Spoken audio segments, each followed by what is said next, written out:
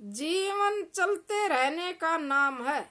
जीवन अनमोल है। हम मनुष्य सामाजिक प्राणी हैं जो समाज में जुड़ी सोच से जीवन जीना पसंद करते हैं।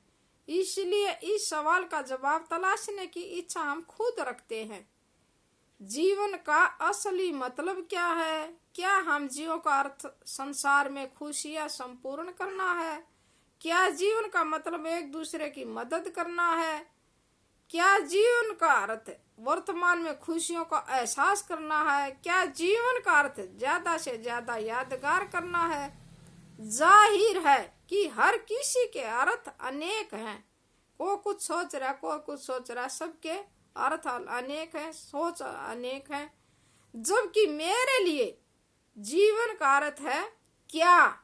इस क्या को छोड़कर, इस क्या ना हमें अलग छोड़ दे, क्या क्या करने की कोई जरूरत नहीं है। इसलिए इस क्या को छोड़कर मालिक से जुड़कर खुशी हासिल करना ये मेरी जिंदगी है। मुट्ठी दुआओं की माता पिता ने मेरे सिर पर छोड़ दी। खुशी रहो। माता पिता का तो एक ही काम है, खुश रहो, मौज से रहो, अच्छे कर्म करो। इसलिए माता पिता ने चुपके से खुशियों की मुट्ठी सिर पर छोड़ दी और कहा खुश रहो कहकर, और हम ना समझ जिंदगी भर मुकद्दर का एहसान मानते रहे। माता पिता का अर्थ मतलब हाथ अपने सिर पर रखते रहे जी।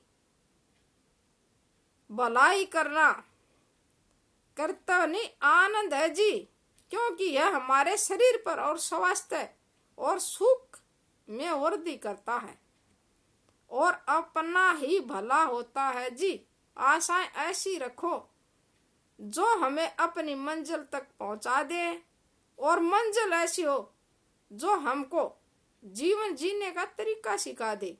जीवन ऐसा हो जो संबंधों की कदर करना सिखा दे, और संबंध ऐसे हो जो हमको याद करने के लिए मजबूर कर दे।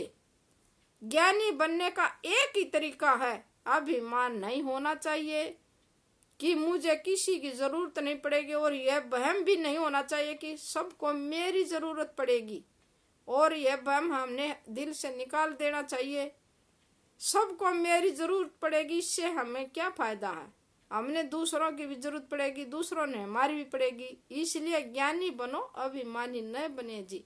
परेशानी ही हमारी जिंदगी का हिस्सा है। अगर परेशानियां नहीं आएंगी तो इंसान सुधरेगा, परेशानी आएंगी तो सुधरेगा। परेशानियां नहीं आएगा तो सुधरेगा कैसे?